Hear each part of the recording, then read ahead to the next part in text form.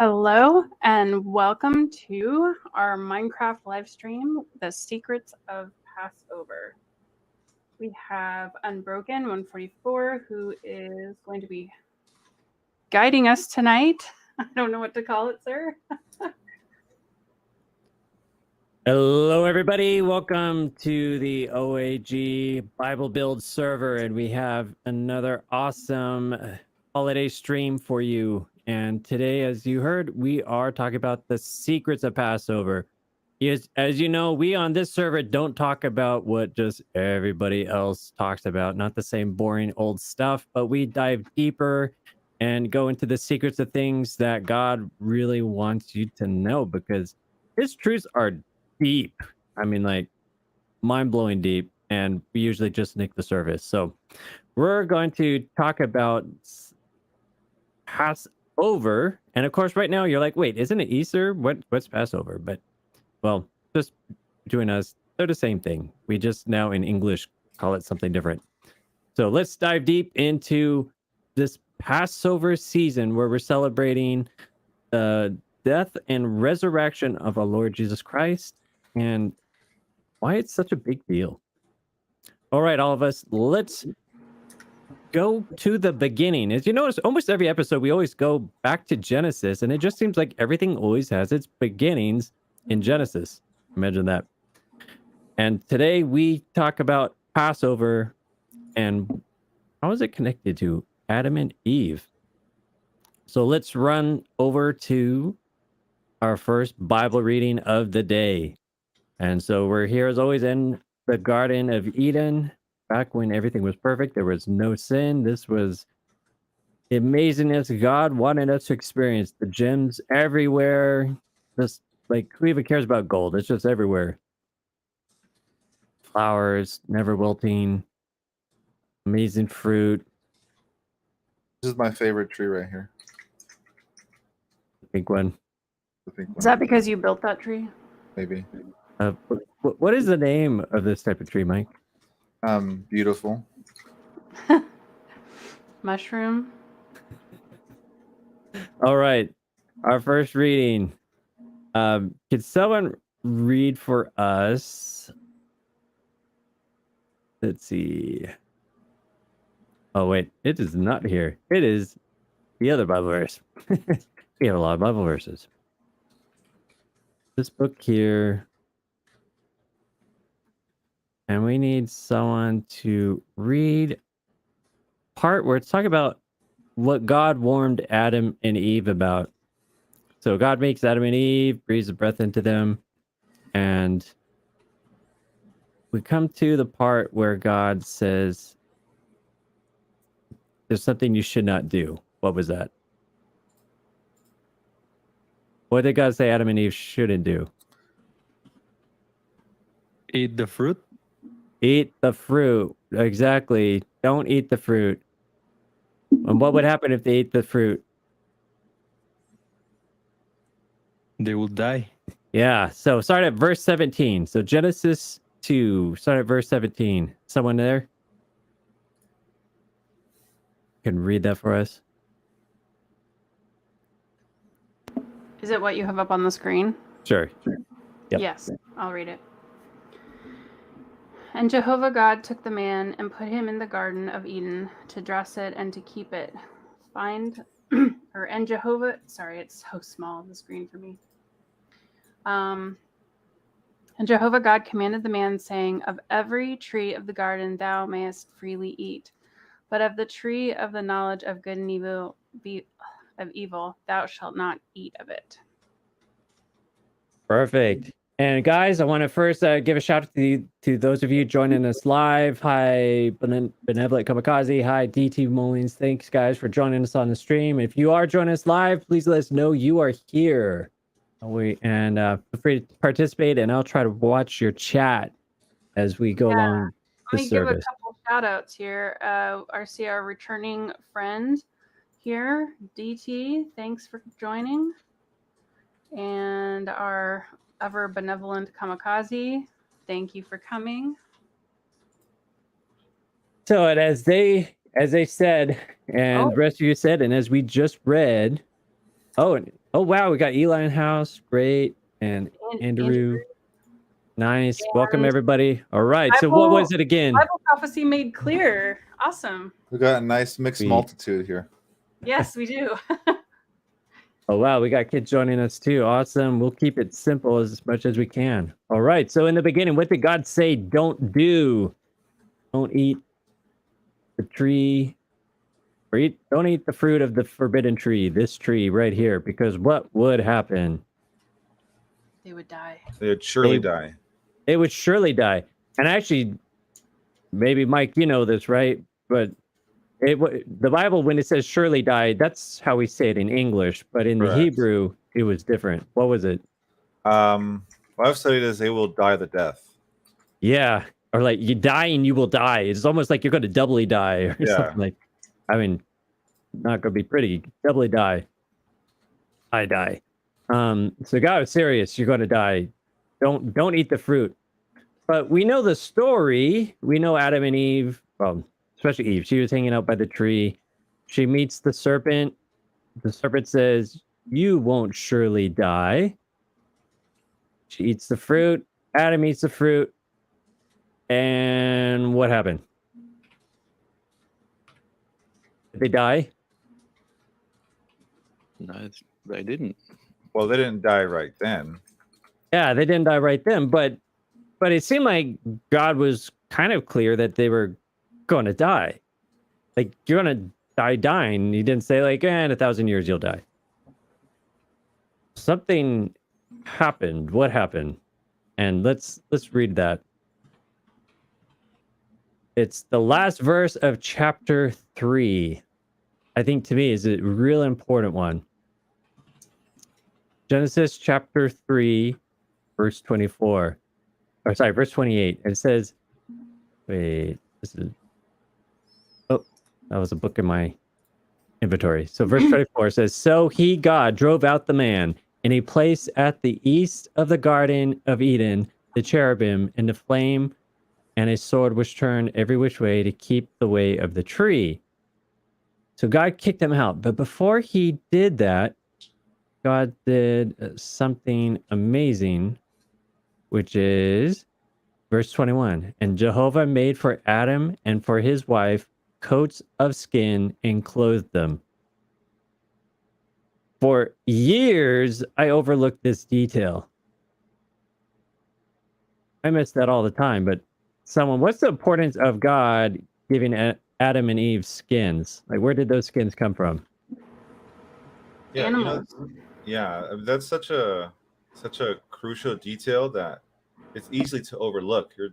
Because it doesn't really say explicitly how he got the skin, but it's safe to assume that he got the skin from an animal. Yeah, I mean, so right there, I mean, yeah, God could have made skins, just poof, here's a skin.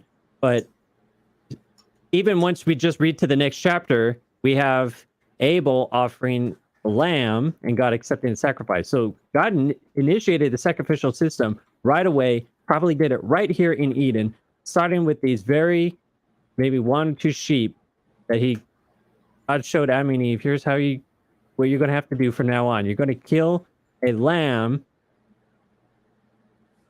and that lamb is going to give you wool. Here's some wool. I made your shirt. But that lamb is going to represent something. And what was that lamb that was represented? Well, lamb is a pretty big theme throughout the rest of the Bible, right? And yeah, this is the first time that we hear about an animal, and specifically like a lamb, right, being slain. exactly. So this would have been the first death. An animal died. The lamb died. Did the lamb do anything wrong? No. Did that lamb sin? No. Adam and Eve sinned, right? And yet the lamb Poor was, lamb.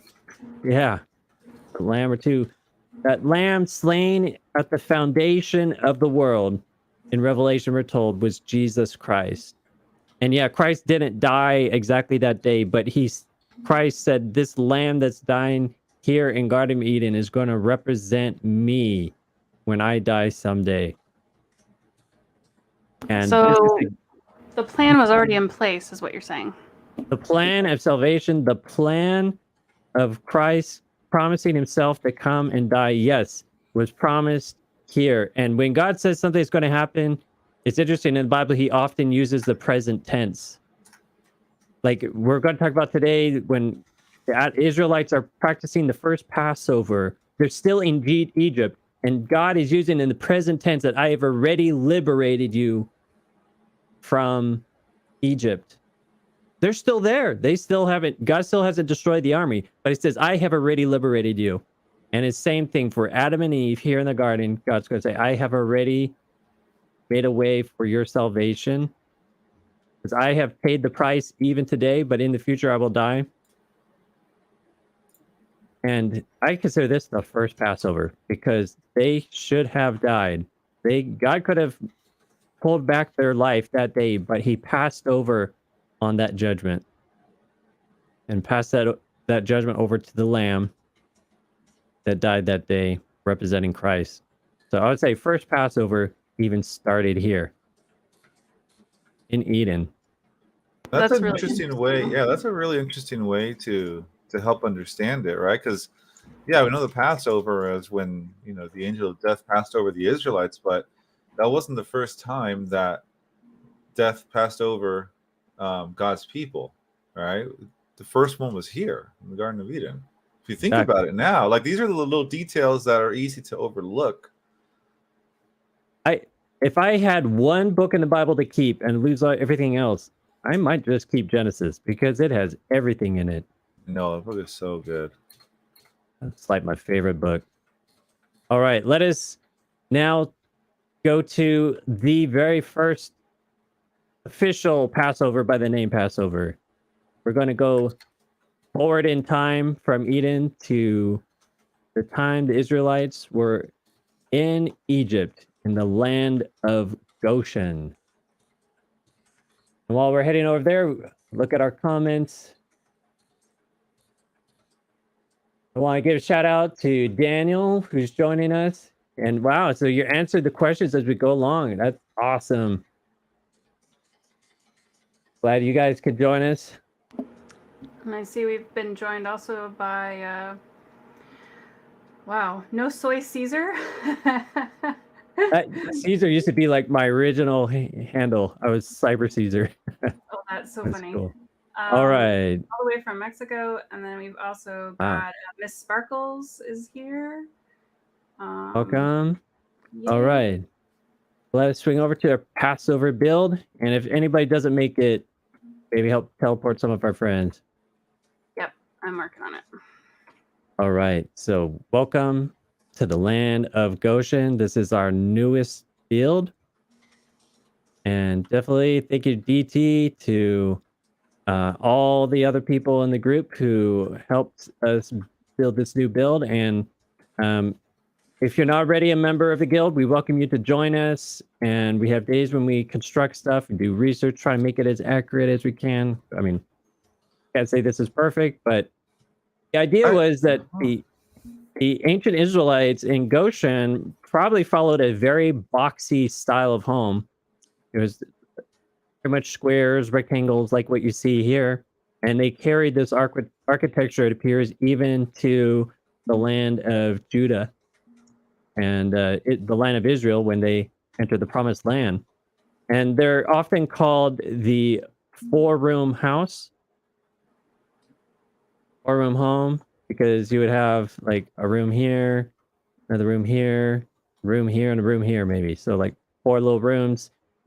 They weren't always 4 rooms. Some might have 3, some might have 5, but it was always this type of layout variations. And then sometimes you would have upper stories on the homes as well. So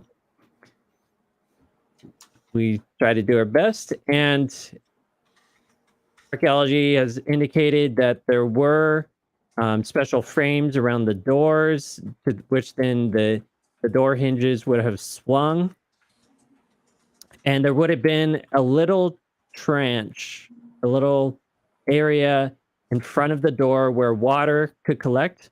And then you would go up the threshold and enter in. But then and they might have a little pan down here that would collect the water or stuff to, again, make sure you don't want water going on in your home. You want to keep it out. So this is ancient Israelite technology we're looking at.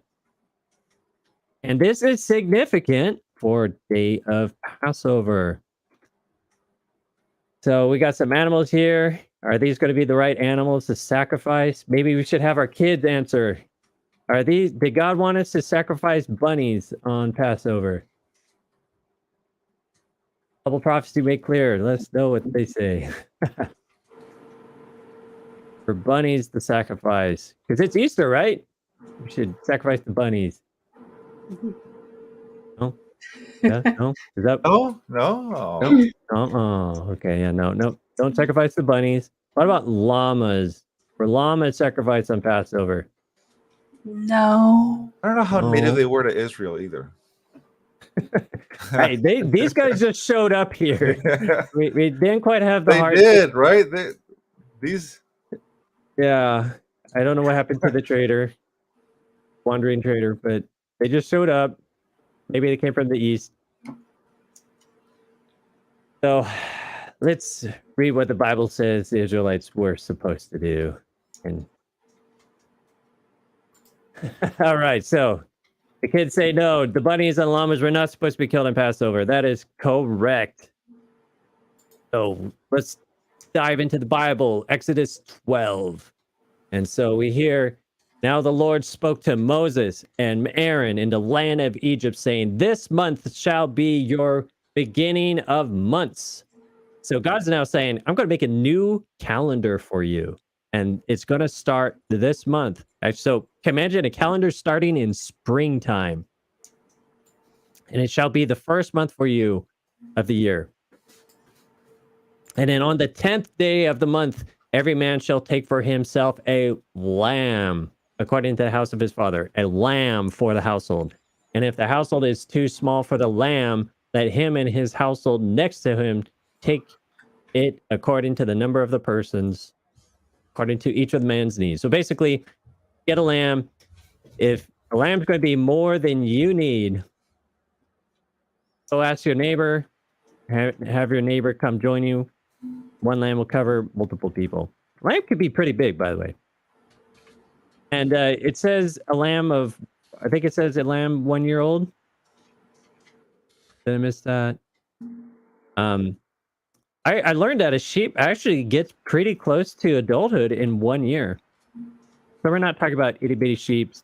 It's pretty much a lamb that had just come to adulthood. And it's interesting. Jesus, yeah, he was been an adult for a while, but he was 30. He wasn't terribly old person, kind of in his prime. Someone else smarter than me probably know why was that a 1 year old lamb. Let's say you now keep this lamb and keep it until the 14th day of the same month. So 14 days into the month, this new month God created, you're now going to do something with the lamb. So you have this whole congregation, all of Israel comes together, and then they take some of the blood from this lamb and they put it on 2 doorposts and the lintel of the houses where they eat. And they should eat the flesh that night. Oh, man. We're going to have to kill the lamb again. So you take the blood. And they had to eat the whole thing. Yeah. To And not leave any of it. I was reading about it. They had lamb chops. Can someone get a lead and bring the lamb over here to the doorway? This is actually where they would have killed it. It's in the doorway. Really? Right. Somebody Yeah. here, get a lead. I don't know how to do that, or I would. Someone, where are you, DT? Yeah, I know DT knows how. Great, DT. There it goes. There it goes. All right, bring it over here. Who would like to, who would like the honors of slaying this? Okay, looks like Mr. Vector's ready to go. Mr. Vector, maybe you can let's get the sheep over to the door. Over to the door. Great. All right. Little too far. Oh, Oh, okay. That all works. right. So That if works. you kill the lamb right at the door, the blood would have gone into this doorway area and collected there. So you would have had blood down below, and then now they take the blood and they put it on the doorpost, and then I use the word lintel. No, but not lentil like you eat, but lintel, which was this doorpost on the top. And so you have blood on the bottom, blood in the sides, and blood on the top. It's just a bloody doorway. Yeah, but That wouldn't have smelled very nice. it was almost like a total portal in sense of blood, a whole doorway. And that is what Israelites would have done on Passover. And pop quiz, was this every Passover they did this? Yes. I actually learned this today because, like you, I thought maybe they did this all the time, but apparently this was only in Egypt that they did this part of it. Oh. And it's the other sections, the eating of the animal and then the feast of bread that we're going to talk about. That was the Everlasting Ordinance. Oh. That is new information. Yeah. So we just killed the lamb. We got some lamb chops there. What do we do with that now? Well, we're gonna have to eat it. That's one thing. Yeah. If we kept reading, it would say we would need to eat it, cook it, and eat it in haste. Everybody would be inside the home.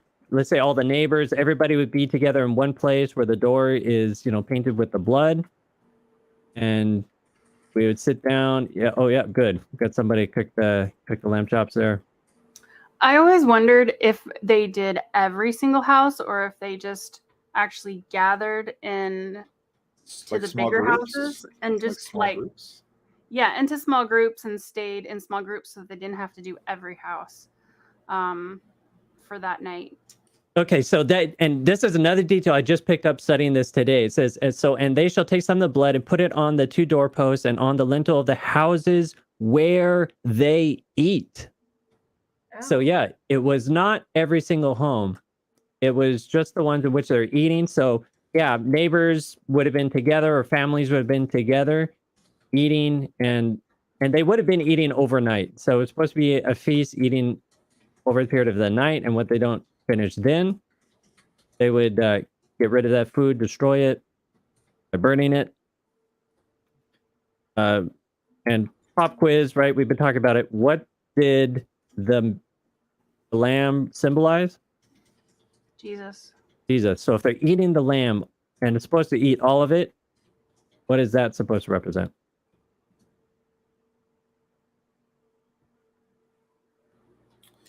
So repeat that one more time. Okay, so if the lamb represented Jesus and you're supposed to eat the whole lamb, what is the symbolism of that or significance of it? Guys in the chat, feel free to chime in on this too.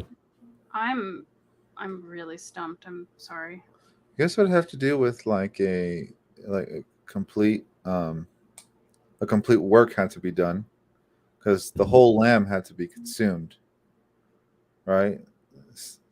Yeah, exactly. And yeah, whatever you didn't finish needed to be burned. Interesting. Jesus' last words were, "It is finished." Like, so he didn't do a partial job. He did the whole thing.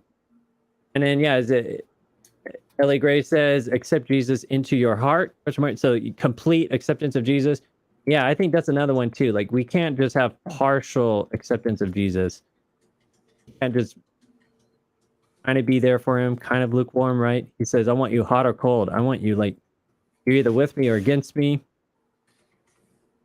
So, and we got to take Jesus totally in. So, interesting. We'll come back to this. At the same time God put in Passover, he put in place what's called also the Feast of Unleavened Bread. And for the whole week, starting on the day of Passover, the Israelites were not to eat any leavened bread. They had to clear their house of all leaven. And then they would, for 7 days, eat no leaven. And nowadays, Wait. we don't use the word leaven. We use the word yeast. Wait, to- so it was nighttime when they would do this, right? They would feast at night, or was there a specific time of day when it was supposed to happen? So, great question. Another thing I was digging into for this. So, the Passover would have been done at nighttime. So, the first Like Passover, at sundown? yeah, at sundown, twilight, basically right between this period between the days, is when they would have slaughtered the lamb at the doorpost, and then quickly cook the lamb, quickly make bread, unleavened bread, and start eating it. And this begins a 7-day period during which they're eating only unleavened, well, not only unleavened bread, but the only bread they ate was unleavened or had no yeast in it. And it's interesting. Andrew says this is kind of sounds like communion, and you're right. This actually is very much a communion, and we often think, oh, Jesus started communion, but no, it actually really traces back to this feast of unleavened bread for this period of 7 days back to back that Israelites would eat it. And that's what we're going to look at next. Why for 7 days were they eating unleavened bread? Oh, good. So you are going to talk about why unleavened. Okay. I was just going to say, are you going to mention about the yeast? Like, why no yeast? Yep, we'll look at that too. Okay, cool. All right, so what's happening, DT? What's going on? Someone doing something? I'm sorry, I trapped them in the well. Oh, okay. Oh, whoa, that goes We're deep. streaming, guys. All right, someone get him out, and let's head back to spawn and head to Jerusalem. Like how we all end up in each other's heads. We're in sync. Raise your hand if you need help. Or All say right, Jerusalem to the right over here. Go, go, go, go. How come it didn't work for me? I think only one. There's like a little bit of a cooldown. Oh, okay. All right, This is one of my Jerusalem. favorite builds because I helped so much here. Oh, it was a ton of work. Yeah, This is what we Jerusalem made it. came out nice. We did Yeah, it and like a year ago. those of you who are new, we have an amazing video where we go through the different steps of the cross for Easter special a year ago. So we're doing something different. We're going through the Secrets of Passover today, but definitely check out our video from last year. That was a classic. I'll put the link in the video once we're not live. That. All right, so here we are, the Passover. Finance over here, where the Last Supper is. Hello, hello. All right, so someone would like to read Matthew 26 for us, 17 to 30. I can if you put it on the screen. Or do we have anybody else interested in reading? I could read it. Okay. So which verses? We could just start at the beginning, and I can tell you when to stop. So Matthew 26, 17? Yep. Right? Yep. Okay, so now the first day of the feast of unleavened bread, the disciples came to Jesus, saying unto him, Where wilt thou that we prepare for thee to eat the Passover? And he said, Go into the city to such a man, and say unto him, The master saith, My time is at hand. I will keep the Passover at thy house with thy disciples. And the disciples did as Jesus had appointed them, and they made ready the Passover. Now, when the even was come, he sat down with the 12. And as they did eat, he said, Verily I say unto you, that one of you shall betray me. And they were exceedingly sorrowful. All right, good. So we see here, this was during the time of Passover. So they were getting together at the time of Passover. But it's interesting in Luke 24, it says, oh, not Luke 24. It was Luke 22. It says, and came the day of unleavened bread, when the Passover must be killed. So Luke emphasizes the unleavened bread, the day of unleavened bread. So he's saying this is the day when they first start eating the unleavened bread. And he sent Peter and John saying, go and prepare us the Passover that we may eat. So yeah, we often think about Passover, we think of the lamb. And then we come to the Last Supper and we know they're eating bread, and we don't think that they were eating the lamb, which they probably were eating the lamb because it says prepare the Passover. So in reality, here at this place, we see the Passover lamb and the bread meeting. But going forward, do we ever hear of another Passover feast where people were eating the lamb? Eating lamb. Yeah, eating lamb for Passover after the Lord's Supper, the one we just read about, where Jesus eating with the disciples in the upper room.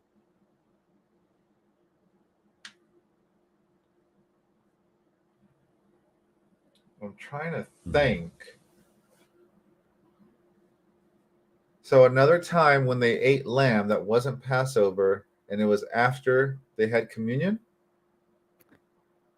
So is there any other time where we know of a celebration of Passover after the Lord's Supper where they were eating lamb?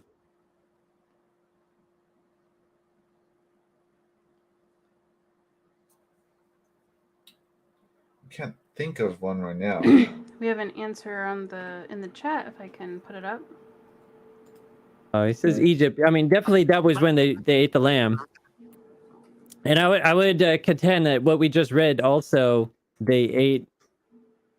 It says made ready the Passover, and almost always when when you study the Bible, often the Passover is referring to specifically the Passover lamb. So they were making the Passover lamb, and so Jesus and 12 disciples would have been eating it here in the final room. But you never hear about that anymore. And you know what's interesting is right now the fact that we're not even really aware of Jesus eating the lamb here, and it's pretty minimized in the account of the Gospels, tells you we stopped eating the lamb. It stopped being a big deal. We don't do it anymore. This was the last time God wanted the lamb to be eating at Passover. And notice Jesus, right? He then goes into, I want you to eat this bread. This bread, they were eating. Jesus took the bread, blessed it, broke it, and gave it to the disciples. Take it. This is my body. And took the cup, gave them, and gave it to them, saying, drink from it, all of you. So Jesus saying, now going forward, I want you to only do the bread part of the Feast of Unleavened Bread. That wasn't necessarily a new ordinance, but now Jesus is saying, hey, I'm wanting to give you a revelation what this bread represented. This bread that Israel had been eating for thousands of years during the Feast of Unleavened Bread. Guess what? This here is symbolizing my body broken for you.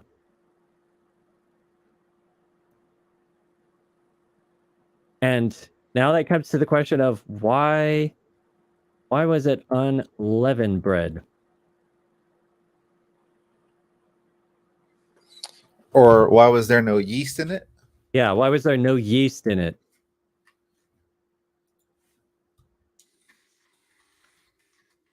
And sin. So one person says it represents sin. And so Jesus talks about, right, beware of the leaven of the Pharisees, or beware of the yeasty substances that the Pharisees have, because we know you take a little bit of yeast, you mix it with other bread, you wait a few hours, now your bread is bubbling throughout with yeast. this little yeast just quickly grows and multiplies and spreads. And Jesus is saying this is the same way that false doctrines and even sin can work its way through the body of God. And now, in a sense, God is, so Jesus could be saying, like, here, I'm starting a new church. I'm wanting a new era where I want you to start over with fresh, pure doctrines that I have shown you, free of corruption that had come about for many, many years. And now we have a brand new pure church. Of course, it wasn't a perfect church, right? But way better than what it had become. But the body also, again, the leaven represented Jesus. Jesus said the body represented his, or the bread represented his body. Well, I want us to go to the road to Emmaus, or what I'm going to call the road to Emmaus.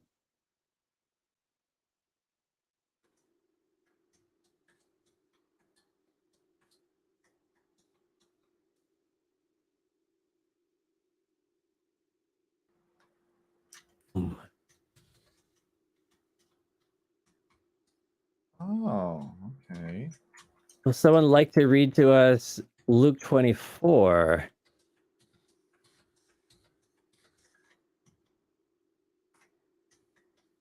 We have this Bible verse here, Luke 24, 27 to 26. And yeah, Benevolent Kamikaze, thank you also. Oh yeah, we got a lot of comments saying Jesus is the bread of life. Oh, that's something I didn't even get to. Right, Jesus earlier on, especially in John, says, I am the bread of life. You know, comparing himself to the manna that fell down, but people that eat him would never die. Exactly right. And leaven represents sin. Good. All of you guys nailing it. All right. So someone could read Luke 24 for us. You want me to go ahead? Sure. And beginning at Moses and all the prophets, he expounded to them in all the scriptures the things concerning himself. Oh, pause. Background, right? This is right after the resurrection. So there's two disciples are walking down the street, very sad, depressed, thinking God is still alive or dead, but then they heard the tomb is empty. They don't know what to believe. And all of a sudden, the stranger's walking with them. Then they drew near to the village where they were going.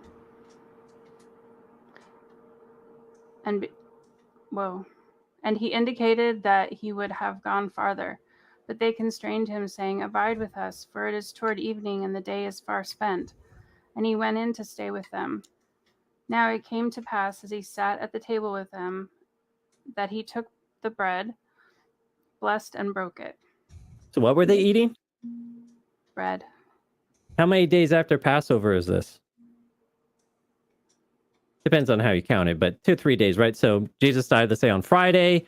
This might be like Sunday, Monday. Right. So is this still during the time that they're eating the unleavened bread? It said for 7 days they would eat it, right? Yeah. So this it's is still within that yeah. time. So they broke bread and gave it to them. And then their eyes were opened, and they knew him, and he vanished from their sight.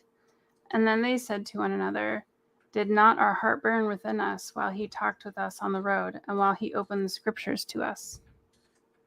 So they rose up that very hour and returned to Jerusalem, and found the 11 and those who were with them gathered together, saying, The Lord is risen indeed, and has appeared to Simon.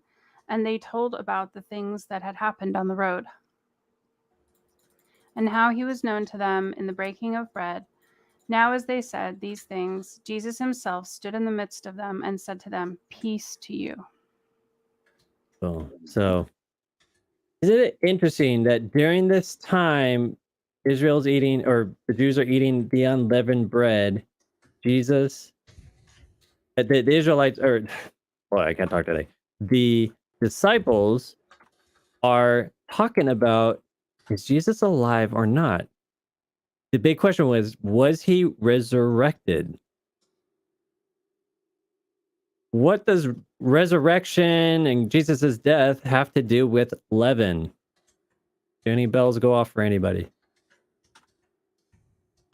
I used to know this, and it's really annoying that I don't know right now. That's okay, because we got another verse right here. Acts 2, 34 to 35. Mike, would you like to read that? Yeah. It says, and that he raised him from the dead, no more to return to corruption. He has spoken thus, I will give you the sure mercies of David. Therefore, he also says in another psalm, you will not allow your Holy One to see corruption. For David, after he had served his own generation by the will of God, fell asleep, was buried with his fathers, and saw corruption. But he whom God raised up saw no corruption. So, I mean, yeast causes a fermentation process. It's, in a sense, like a form of decay. And what were we just told here? This is Peter's sermon right after Pentecost. What was he saying happened to Jesus's body in the grave? Did it see corruption? Did it see decay? No, it did not. Yeah, it did not. So I think it's interesting that God, had the Israelites for 7 days not eating leavened bread. And I think at least it has a two meanings. One, it's talking about this time of really celebrating God's resurrection and how his body never saw decay. But also, as everybody's talking about, the leaven definitely means sin and false doctrines, things like that it corrupted the church. So, every year Israelites would have to clear out all the yeast and leaven they have in their house and start with fresh bread, clean bread without leaven in it. And then over the course of a year, they'll get the leaven back. But so you always have this renewal process, starting over, starting clean. And this was such an important thing that Jesus had to do when he came back. He had to start his church over. He had to start with a brand new church, starting with the disciples and a couple hundred people. And as he said to the house of Israel, your house is left unto you desolate. Like, you as a people are no longer my people. It's going to be the new, what becomes the Christian church, and now his people. And sadly, we know history shows the Christian church went the same route as the Jewish people and the Israelites, where eventually we all into apostasies of different types. We have many false doctrines entering in. God is in need of a revival. We need to have some unleavened bread back into our church. So let us return back to Spawn and close us out to really talk about, again, what is the huge significance of, someone's face was in my face. It was faith. What, and just the magnitude of the importance of what's going on here with Passover. And so Passover had an application for the Israelites. It was a memorial for God bringing them out of Israel. I think it was also a memorial for God passing over judgment on Adam and Eve, but also applies to each and every one of us too. But let's actually go over to heaven. We need to go the heaven route. Someone went the wrong way, sorry. Whoops. Go to heaven and then go immediately into the portal, because we're actually going to venture into the nether for once. Also teleport to me.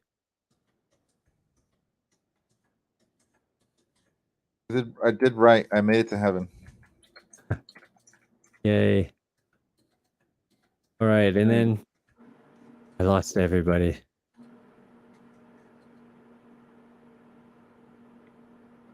It's one of those few times we want to actually show the nether.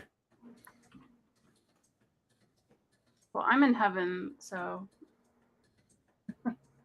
You need to then go into the portal, go into the nether, and then go down the tunnel. or I could just do the magic TP. Yeah. Everybody TP to me.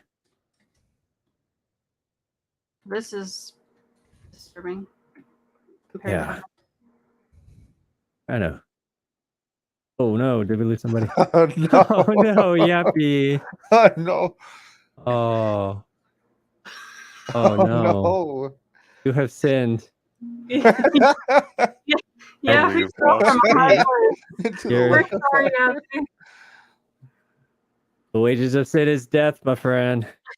Judgment Christ went into time. the lake of fire. Did he fall into the lake of fire? So I want to talk about some really maybe blow your mind for some of you. Yeah, I fell into the lake of fire. So like 1 Corinthians 5:7, it says, "For indeed Christ our Passover was Oh my. sacrificed for us." So Christ, he was our Passover. He was sacrificed for us. So what does that mean? If Christ wasn't our Passover, who would be the Passover?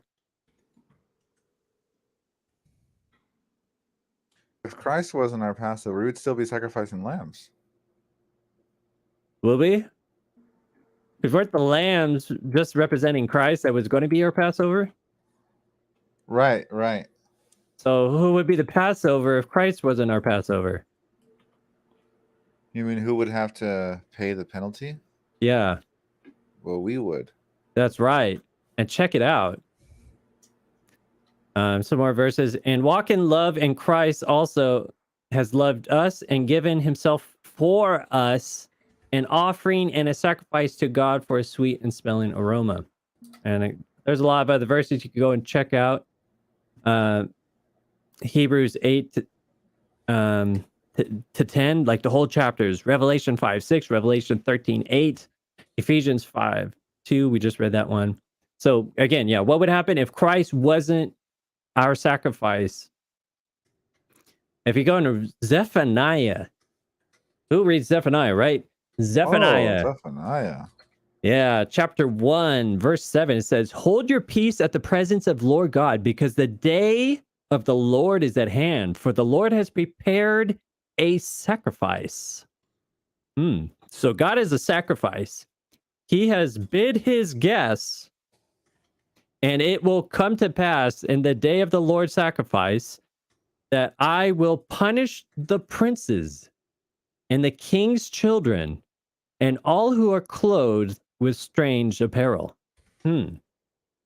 So God has a sacrifice, but he's punishing whom?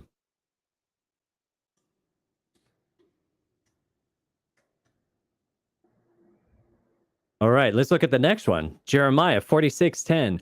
"For this is the day of the Lord God of hosts, a day of vengeance, that he may avenge himself of his enemies, and the sword will devour and will be satisfied and made drunk with the blood. For the Lord God of hosts has a sacrifice in the north country." Isaiah 34:6-10. "The sword of the Lord is filled with blood. It is made fat with the fatness, and with the blood of the lambs and goats, and with the fat and of the kidneys of the rams. For the Lord has a sacrifice in Basra, and a great slaughter in the land of Eden. And their land shall be soaked with blood, and their dust made fat with fatness. For it is the day of the Lord's vengeance, and the year of recompense for the controversy of Zion." Again, you look up Nahum 1:1-15, Ezekiel 39, 1-3, 17-19.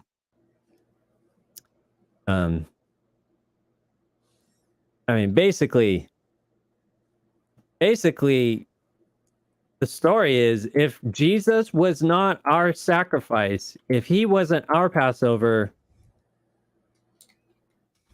we're the Passover. And destruction and death would be our lot. Just as God promised Adam and Eve that, if you sinned, you would surely die. Mm-hmm.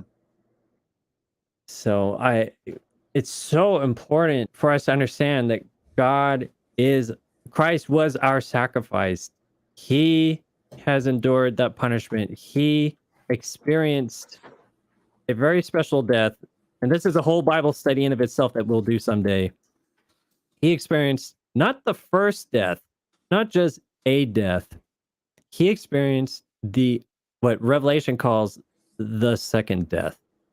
And that's what Passover symbolizes. This is what the slaughtering and burning of the lamb on the altar represents. God doesn't want anybody to go through that. God wants us all to be free. He wants us to live for eternity, but he has to purge the world of sin someday. And he's going to melt the world away with fire, just like he wiped it out with the flood one day. But we have a substitute for us, a way that we get out of it, because Christ went through that for us. And to me, that is the biggest secret of Passover. And at one level, we know that. On one hand, we know there's this connection with the cross. We know that the cross was Christ paying our debt. This is what it is. It goes back to the beginning. It goes back to Genesis. It goes back to God passing over judgment on Adam and Eve and giving us all a chance to accept him, a chance to have a restored relationship with him, and a chance to have everlasting life. So, any closing thoughts? Any other questions before we wrap up this Passover special? Yeah, I just want to give a closing thought is that, this whole thing, I mean, since Adam and Eve sinned, like the whole plan that Christ was going to pay the ultimate, price was there, right? And throughout all the Old Testament is just pointing to that moment. Like all the Old Testament is pointing to Jesus' death on the cross, right? And Passover and all the different things that are part of the Christian life all revolve around that same theme. And it's just amazing to think how important Passover was and what it meant, right? And ultimately what Jesus' sacrifice meant and fulfilled too. It's crazy to think about. For thousands of years, that plan has been in place. It is mind-blowing. And it just goes back to God's patience. He is so slow, so patient. We were talking about it before the stream, and when we try to convert people, we try to bring people to God, we want instant results. But here God is using thousands of years to really get man restored back. And most of us a lifetime to come back. He's so patient that reminds me of the verse in Peter, right? That God is slow and patient, not willing that any should perish, but that all should find everlasting life in him. Mm-hmm. All right. Thank you all for joining us. And where did I go? Yeah, let's end in I heaven. brought you to heaven because I wanted to end in heaven. That's the ultimate goal. Exactly. This is where we can be.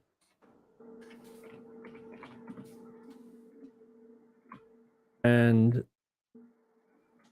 I can't wait for the day to be here on the sea of glass.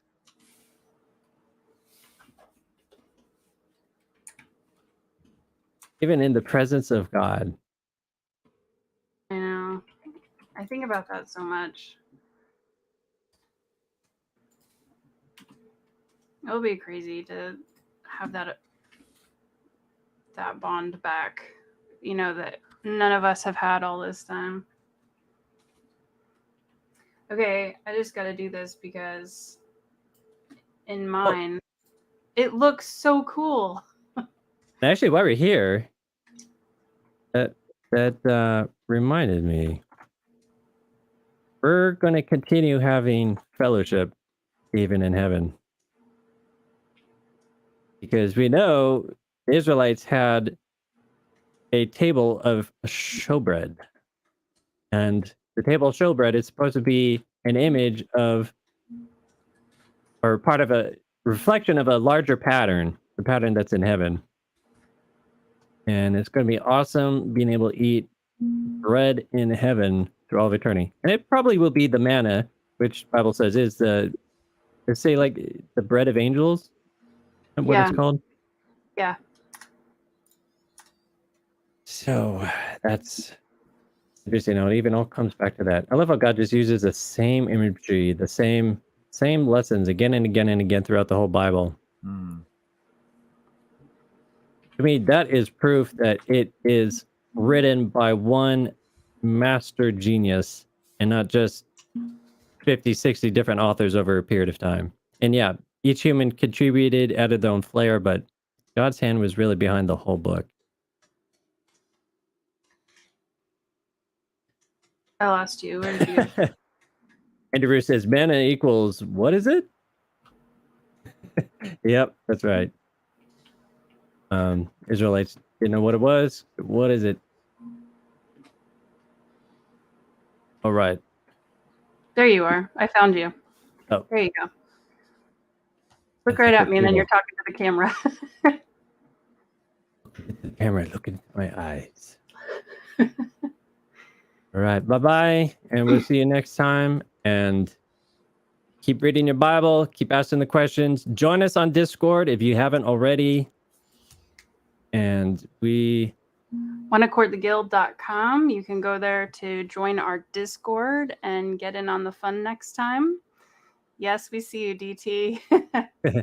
Thanks for joining us. As you see, we have some new faces that we haven't had join us before, so we're ever growing. We're always excited for all the new people that come in and Absolutely. the new talents we keep having added to our team. So And please if you join haven't us. already, Yeah. please subscribe to our YouTube channel. God bless. Bye.